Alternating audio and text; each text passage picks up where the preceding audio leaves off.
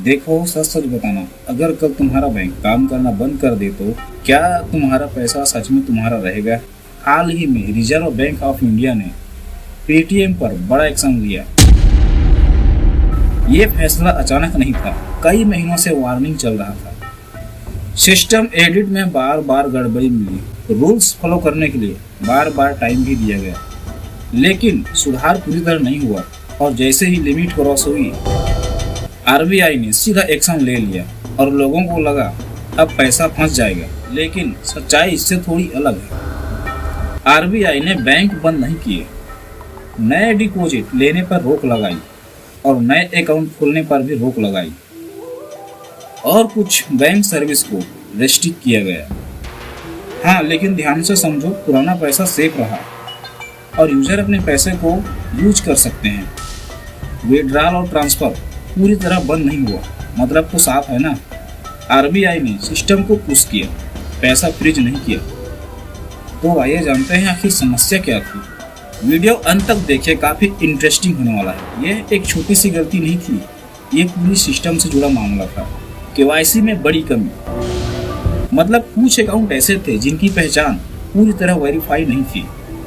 हर bank को कुछ strict नियम फॉलो करने होते हैं, जैसे data strong, transaction monitoring, user verify.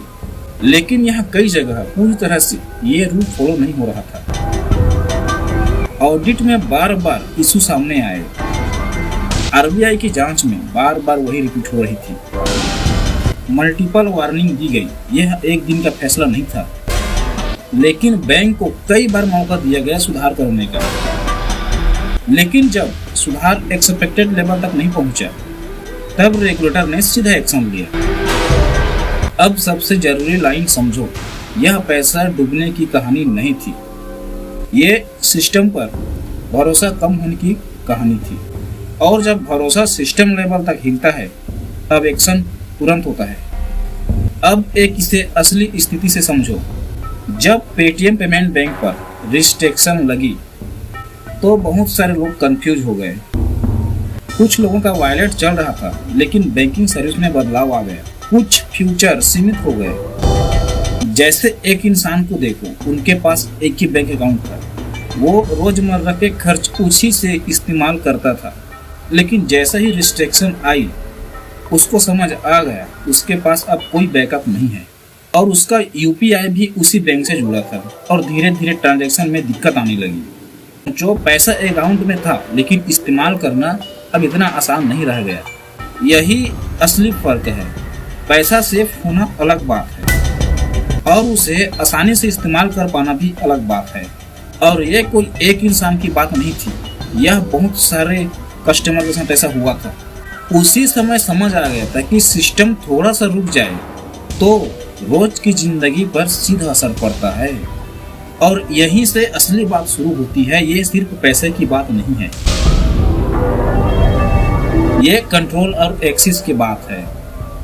अब असली सिस्टम समझो। हम सोचते हैं हमारा पैसा मोबाइल ऐप के अंदर सुरक्षित है, लेकिन सच क्या है? तुम्हारा पैसा एक मल्टी लेयर सिस्टम में होता है, जहां बैंक सर्वर और रेगुलेटर सब जुड़े होते हैं। मतलब तुम सिर्फ एक इंटरफेस देख रहे हो, लेकिन पीछे पूरी फाइनेंशियल मशीन चल रही है। और इस मशीन में सबसे ऊपर कौन है? आपकी जानकारी के लिए बता दूं कि भारतीय रिजर्व बैंक ऑफ इंडिया, जो डिसाइड करता है कौन बैंक सही चल रहा है और कौन रिस्क में चल रहा है। डार्क रियलिटी क्या है? तुम्हारे पैसा सेफ है, लेकिन पूरी तरह से इंडिपेंडेंट नहीं है। वो रूल्स के अंदर, वो मॉनिटरिंग के अंदर, तो जरूरत पड़े तो सिस्टम उसे रोक भी सकता है। और यही वजह है, जब कोई बैंक सिस्टम लेवल पर गड़बड़ करता है तो तुरंत रिस्ट्रिक्शन लगती है, सर्विस लिमिट हो जाती है, और पूरा फ्लो स्लो या स्टॉप हो जाता है। तो तुम्हें क्या समझना चाहिए? ये सिर्फ एक न्यूज़ नहीं है, ये तुम्हारे डेली पैसे और सिक्योरिटी से जुड़ी बात है। केवाईसी पहले पूरा और अपडेट रखो, क्योंकि सबसे पहला रिस्क यहीं से शुरू होता है। अगर तुम्हारा केवाईसी इनकम्प्लीट है, तो किसी भी दिन अकाउंट रिस्ट्रिक्ट हो सकता है। छोटा काम लगता है, लेकिन यही सबसे बड़ा सिक्योरिटी लेयर है। एक ही बैंक या ऐप पर डिपेंड मत रहो, क्योंकि जब सिस्टम रुकता है तो तुम्हारा पूरा एक्सेस रुक जाता है। बैकअप रखो, दूसरा बैंक अकाउंट, दूसरा यूपीआई ऐप, ताकि इमरजेंसी में तुम्हारा फ्लो बंद ना हो। डिजिटल इजी है लेकिन अनलिमिटेड नहीं है।